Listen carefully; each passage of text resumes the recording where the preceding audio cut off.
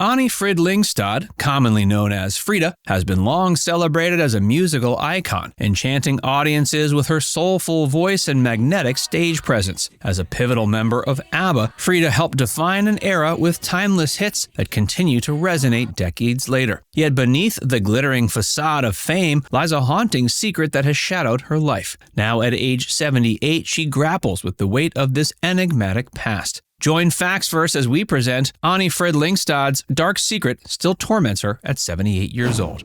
Anni-Frid Lyngstad, often known as Frida, was born November 15, 1945, in Bjørkesen, a small village in Belangen, Norway. Her early life was marked by tragedy and upheaval, shaping her into the resilient and determined person she would become. Her father, Alfred Haas, a sergeant in the German Wehrmacht, was part of the occupation of Norway during World War II. Her mother, Anni Lyngstad, was Norwegian. Frida never had the chance to know her father well. He disappeared shortly after her birth, leaving her mother to raise her alone. The aftermath of the war was difficult for Frida and her family. Like many children of war, she faced social stigma due to her German heritage. The family's economic situation was also challenging, and they eventually moved to Sweden in search of better opportunities when Frida was just 2. In Sweden, Frida's mother remarried, and Frida took on the surname Lyngstad from her stepfather. Despite the challenges she faced growing up, Frida showed a talent for singing early on. She began performing in local talent shows and events, honing her skills and gaining confidence in her abilities. But tragedy struck again when she was only 13. Her mother died in a car accident, leaving Frida orphaned at a young age. Despite this devastating loss, she found solace in music, using it as a form of expression and escape.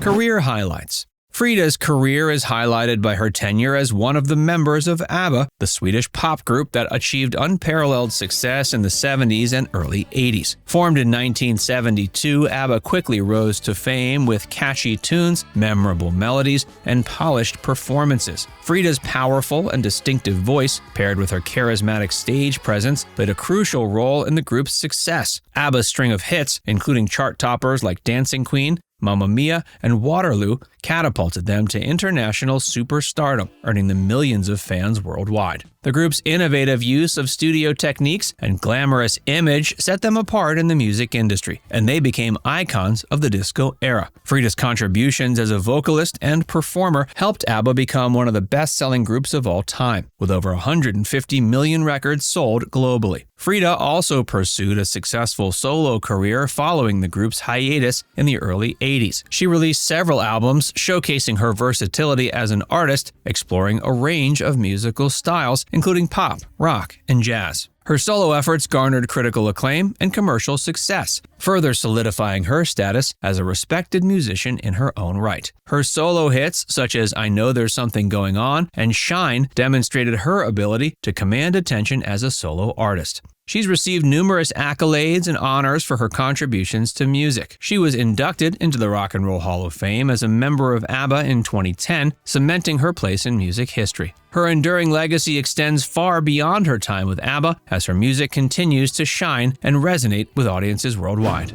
Her family's secret. Frida faced a deeply personal struggle with the fact that her father, Alfred, was a member of the Nazi Party, and he served as a sergeant in the German Wehrmacht during World War II. This aspect of her family history weighed heavily on Frida throughout her life, shaping her identity and influencing her relationship with her father's memory. Growing up in post-war Norway and later Sweden, she experienced the stigma and prejudice associated with her father's affiliation with the Nazi regime. She endured social ostracism and discrimination due to her German heritage, which was a painful reminder of her father's past and the atrocities committed during the war. Her feelings towards her father were undoubtedly complex. Despite his absence from her life, his legacy loomed large over her upbringing. She grappled with questions of identity, morality, and family history, trying to reconcile the love she felt for her father with the knowledge of his involvement in a regime responsible for immense suffering and devastation. The discovery of her father's past likely stirred conflicting emotions with Frida, ranging from anger to confusion to sadness and shame. It was a burden she carried silently, navigating the delicate balance between honoring her heritage and condemning the actions of the Nazi regime. In interviews, Frida has spoken candidly about her father's history and the impact it had on her life. She's expressed a desire to understand his motivations and choices, acknowledging the complexity of human nature and the enduring scars left by war and conflict. But despite the challenges posed by her father's past, she has endeavored to forge her own path, guided by principles of compassion, tolerance, and understanding.